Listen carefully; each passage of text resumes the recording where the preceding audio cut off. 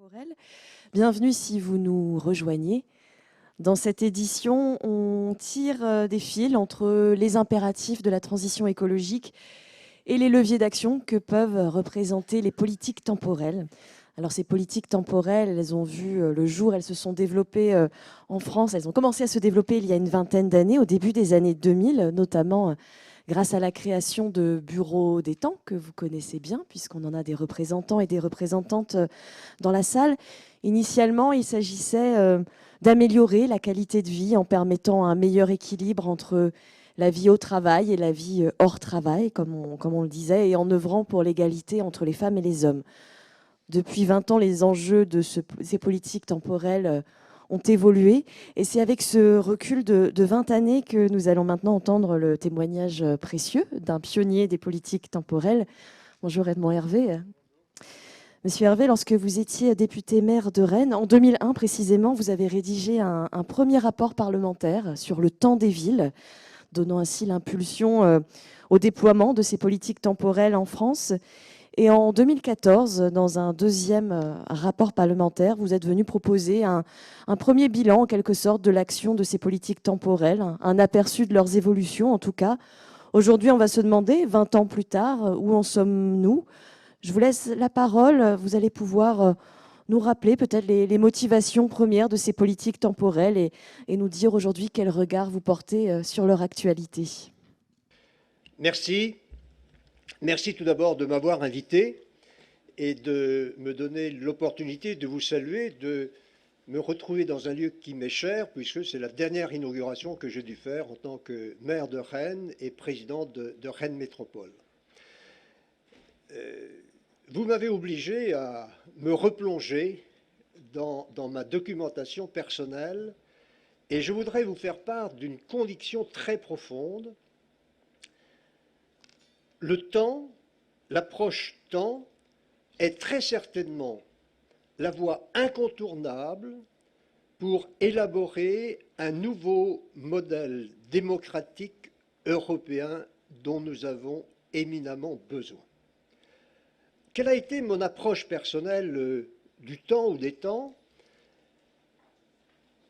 Le premier interview que j'ai donné sur cette question au journal Ouest-France, qui est le quotidien majeur ici et qui a le plus grand tirage en France, date de 1973. Et le titre, j'en avais évoqué un peu la philosophie, c'était le temps de vivre. Et ce temps de vivre, c'était une philosophie qui se développait, héritage de 1968. Et avec ce temps de vivre, on était branché sur une thématique politique essentielle, post-68, qui était tout simplement l'autogestion. L'autogestion, l'autonomie de soi-même, le rapport avec les autres, et le thème de l'autogestion peut se décliner dans tous les champs de la vie, champ du travail, champ de la vie ensemble, champ de la vie municipale, etc. Et lorsque, avec mes amis, je suis arrivé à la mairie en 1977, je me souviens que l'un des grands thèmes de notre politique municipale à partir de 1977, ça a été le thème de la nouvelle relation à l'autre. Et avec cette notion de nouvelle relation à l'autre, il s'agissait de décloisonner. Alors le passage du dire au faire est nécessaire quand on est élu, parce que ce n'est plus le domaine strict et exclusif des discours, du militantisme, etc. C'est le passage donc de ce dire au faire. Et comment avons-nous concrétisé cette notion de temps, notamment à travers la nouvelle relation et la proximité, en instituant des équipements intégrés? Il se trouve qu'à l'époque, pardonnez-moi ce souvenir, j'avais été chargé en 72-73, moi je suis de formation juriste, j'avais été chargé à Rennes, à la faculté de droit, d'un cours de sciences administratives. Alors je ne sais pas si ce cours existe toujours. Et à l'époque, je m'étais polarisé sur les équipements intégrés. Et j'avais vu notamment que le rapprochement entre différents services complémentaires butait notamment sur les différents statuts de la fonction publique ou les différents statuts des personnes qui étaient susceptibles de travailler. Quand bien même ces personnes auraient-elles le même employeur, à savoir la commune. D'autre part, toujours dans le même fil, et on s'est amélioré, on a mis en place des espaces sociaux communs. Vous voyez, toujours cette notion de rapprochement et le principe de la mixité, de la proximité fonctionnelle est une clé explicative de l'urbanisme rennais, de l'aménagement du territoire. Et à ce sujet, je dois entre autres vous féliciter pour un excellent numéro de Tempo paru en 2017 que j'ai lu à l'époque avec beaucoup d'intérêt. Alors c'est une lecture très désintéressée puisque je ne suis plus en activité et en situation de décision. Donc voilà, si vous voulez, une étape très concrète, vérification d'un concept. Et puis effectivement, c'est en 99-2000, je suis député et connaissant ce que nous faisions ici, mais dans vos villes également, le gouvernement de l'époque, et plus spécialement M. Barthelome, qui à l'époque était ministre de la Ville, et Mme Perry, qui était ministre de l'égalité des hommes et des femmes, je crois que c'était ça. Et on m'a chargé d'un rapport, et c'est là que j'ai eu la chance de faire de très nombreuses rencontres que je garde en souvenir. Et j'étais très heureux de retrouver un jeune de ce temps-là, Jean-Yves Boulin, qui est toujours attaché à la même thématique. Bon.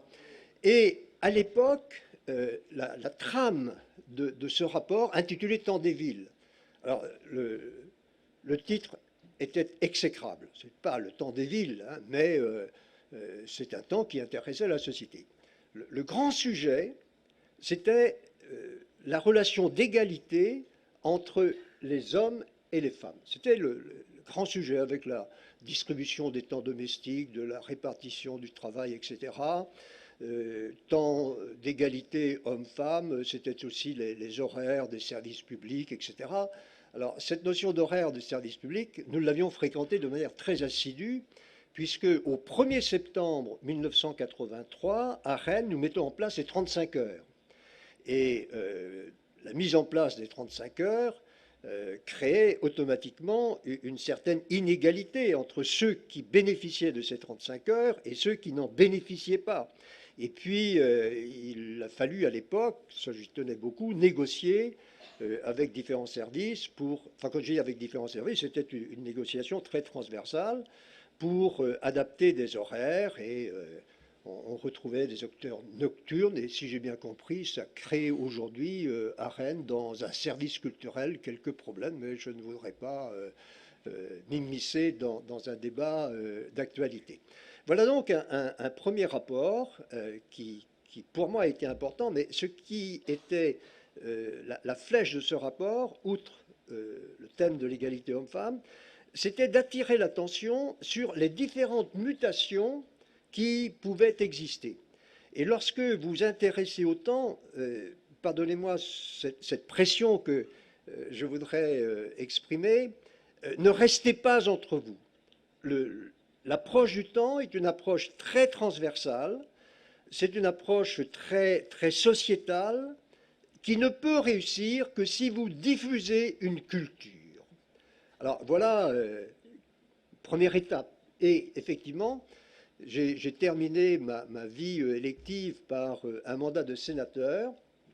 Entre parenthèses, je le disais à Jean-Yves, j'ai beaucoup appris en tant que sénateur. Si on m'avait dit à 20 ans que j'aurais été sénateur, vous imaginez les sourires qui auraient pointé, mais j'ai beaucoup appris. Et j'appartenais à une délégation qui était la délégation à la décentralisation du Sénat, qui était présidée à l'époque par Madame Gouraud, qui est l'actuelle ministre des collectivités territoriales. Et saisissant ce titre, cette fonction, cette disponibilité que j'avais aussi, j'ai souhaité faire un rapport bilan. Et je me suis aperçu, avec ce rapport bilan, que cette idée d'approche du temps avait été très, très diffusée. Et c'était quelque chose de tout à fait positif. Alors, voilà pour approche historique très rapide. Si j'évoque cette approche historique rapide, c'est parce que vous ne pourrez jamais avancer une idée si il y a des ruptures. La notion de continuité dans l'étude, dans la recherche, de transversalité, de coordination est fondamentale.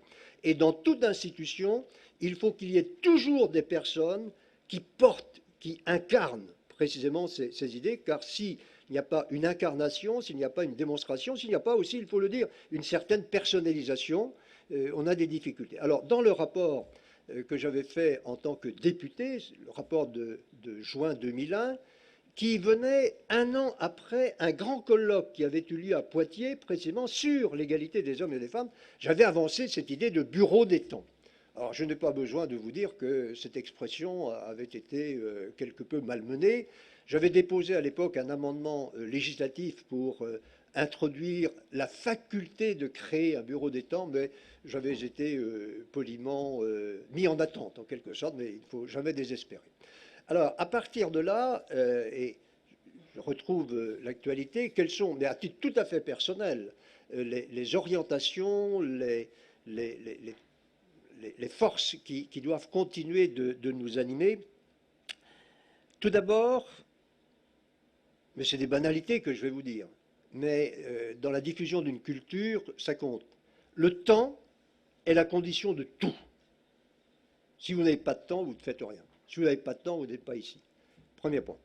Deuxièmement, le temps est une création humaine. Je laisse le soin à ceux qui croient à la providence et à Dieu de corriger mon affirmation. Mais en tant que création humaine, le temps est le plus fantastique facteur d'inégalité qui ne puisse exister, avec l'inégalité majeure qui concerne l'espérance de vie. Espérance de vie liée d'ailleurs à l'environnement socio-économique, socio-culturel que vous connaissez bien. Et à partir du moment où on dit que le temps est une création humaine, s'il est facteur d'inégalité, utilisons cette création humaine pour en faire un facteur d'égalité. Et puis, autre banalité, vous avez tous étudié l'évolution du temps de travail par rapport à la vie. Il ne faut pas que le temps libéré soit un temps vide. C'est le constat majeur que l'on doit faire. Alors, cette notion de temps libéré, temps vide, est une notion qui est très ancienne. Et je pense à un philosophe, journaliste corse que beaucoup d'entre vous ont pu fréquenter et qui a beaucoup écrit. C'était des expressions majeures de sa pensée. Il était notamment sous le nom de Bousquet, journaliste au Nouvel Obs. Et puis, je retrouve cette notion de culture-temps qui doit être à partager. Et l'important, quand je parle du partage, c'est que vous trouviez des lieux où vous puissiez réunir des gens venant d'horizons très différents les uns des autres. C'est pour ça que la notion de comité consultatif, qui ont succédé aux commissions extra-municipales des années 60, chères à un grand monsieur qui s'appelait Hubert Dubedou, maire de Grenoble à l'époque, la notion de conseil économique et social environnemental. Moi, j'avais mis en place ici à Rennes, il existe toujours, un conseil économique et social environnemental qui débordait très, très, très largement, d'ailleurs, l'agglomération rennaise. C'était ce moyen de faire partager. Et puis, si je suis plus précis, je pense qu'il y a toujours des choses à dire concernant l'urbanisme, concernant la mobilité. Alors, évoquant la mobilité, je sais que vous y penchez beaucoup, n'oubliez surtout pas l'évolution, et c'est d'actualité, de la multimodalité. La multimodalité en matière de transport et en matière de mobilité n'a plus rien à voir culturellement avec ce que j'ai connu, moi, dans les années 80-90.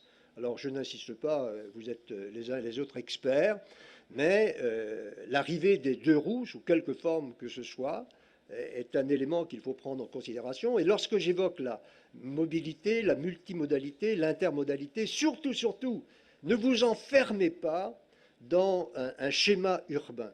L'opposition ville-rurale est une position qui a toujours existé, qui est instrumentalisée de manière conservatrice, mais si vous voulez réconcilier nécessairement la ville et le rural, mettez l'accent, entre autres, sur la mobilité, le transport, etc. Vous ne réussirez jamais à installer des médecins ou des professions libérales de médecine dans des campagnes si vous n'avez pas des écoles, si vous n'avez pas ces transports, etc. Alors j'ai évoqué l'école. Bon, vous avez fait beaucoup de travaux sur ces questions-là, elles sont toujours d'actualité. Et une nouvelle fois, nous voyons que quand on aborde le temps scolaire, ce n'est pas tellement le temps scolaire qui est important. Ce qui est important, à mon sens, c'est le temps périscolaire et extrascolaire. Et c'est pendant le temps scolaire et extrascolaire, périscolaire, que les inégalités croissent le plus. Et nous retrouvons le problème de la fonction publique ou du statut des agents qui sont susceptibles de participer. Alors, je n'insiste pas sur ce que j'appelais de mon temps les nouvelles techniques d'information et de communication. Et puis, évoquant cette revue de ce numéro de 2017, vous aviez focalisé à l'époque sur la logique d'usage. La logique d'usage n'est jamais la logique qui a été initiée, perçue d'abord par les élus, par l'administration, par les architectes. Et lorsque j'évoque la logique d'usage, il faut qu'un territoire puisse être facilement utilisé, facilement utilisable. Je retrouve la multifonctionnalité et surtout la proximité. J'ai toujours rêvé, à côté des immeubles, d'espaces plus ou moins verts qui peuvent être accessibles à des gamins qui veulent jouer au foot, qui veulent jouer au basket, à la marelle, etc. Placer des tables de ping-pong, y compris en pensant au bruit que la balle de ping-pong peut faire sur les deux raquettes pour les uns et les autres qui sont voisins. Ça fait partie du temps et ça fait partie de la conciliation. Et puis, il y a, je vais m'arrêter, pour moi, un temps qui aujourd'hui est fondamental, qui, me semble-t-il, est difficile à appréhender, c'est la notion de temps civique. Vous voyez pourquoi je prononce l'expression de temps civique. Le temps civique, c'est le temps de s'intéresser, de participer à la cité, quelle que soit la frontière. Et je pense que, temps civique et temps culturel étant très liés, il y a dans cette notion de temps civique, bien évidemment, des espaces, des horaires. On ne fait pas des réunions dans 36 quartiers à la même heure, hein, parce que chaque quartier a sa consistance, et une consistance qui évolue considérablement. La génération à laquelle j'appartiens, qui a été en place à Rennes, mais c'est vrai pour toutes les villes, de 1970 à 2008 ou 2010, c'est une génération qui a duré. Cette génération-là n'est plus présente dans la ville. Il y a des mutations qu'il faut prendre en considération. Et cette notion de temps civique, de temps pour connaître, pour échanger, qui concerne des lieux, qui concerne des institutions, qui concerne des thèmes, est selon moi une question fondamentale. Et dans ce temps civique, il y a une partie que j'appelle le temps de médiation. Et je vais prendre un exemple très concret. Dans toutes vos villes, vous avez des institutions culturelles de très grand rayonnement, de très grandes compétences. Vous avez une offre culturelle qui est très importante. Et cette offre culturelle, elle est d'autant plus importante que les tarifs qui sont pratiqués, bien souvent, sont gratuits, ou ce n'est pas l'argent, ce n'est pas le coût qui fait barrage. Le problème de l'offre culturelle, c'est le problème de la demande sociale de culture. Vous pouvez avoir d'excellentes sources, si vous n'avez pas soif, la source ne sert à rien. Et je retrouve la notion de médiation. Lorsque vous avez une maison de la culture ou des édifices de ce genre-là, quantité de gens n'oseront jamais aller chercher ce qu'ils devraient aller chercher. Franchir une porte, même pour venir ici, peut être difficile. Vous comme moi, nous sommes des initiés. Mais cette notion de médiation qui consiste à tisser de nouvelles relations avec des populations éloignées qui sont dans un temps vide, ou plus exactement dans un temps qui les emprisonne dans l'écran. La notion d'écran, lorsque je faisais les rapports que je vous ai cités, ou lorsque je m'intéressais au temps, n'était pas aussi prégnante qu'aujourd'hui. Bon, vous connaissez le volume de ce temps d'écran, et cette notion, vous voyez, de temps de médiation pour aller à la rencontre de l'autre, le faire rencontrer d'autres lieux, le faire s'intéresser à la cité, c'est quelque chose d'essentiel et me semble-t-il, de déterminant, quelles que soient vos sensibilités. Car nous avons aujourd'hui, sur le plan de la vie politique, un phénomène qui est le phénomène de l'abstention. Il faut le décliner de multiples manières. L'abstention par rapport à la culture, l'abstention par rapport aux élections, etc. Bon, il faut analyser, bien évidemment, les raisons de cette abstention. Mais je n'arrive pas à croire qu'une personne qui doit tout à la cité ne s'intéresse pas à la cité. Tout à la cité, la sécurité sociale, il n'y a pas de sécurité sociale s'il n'y a pas de cité, s'il n'y a pas d'élection, s'il n'y a pas de participation. Le droit du travail, il n'y a pas de droit du travail, quel que soit le jugement que l'on porte sur ce droit du travail, s'il n'y a pas élection, s'il n'y a pas choix. Les relations internationales, elles dépendent effectivement des choix qui peuvent être faits en amont ou en aval des élections. Je voudrais terminer, parce que vous voyez le temps, par une citation que j'emprunte à l'homme ou à l'un des hommes qui me semblent les plus contemporains d'aujourd'hui, Albert Camus.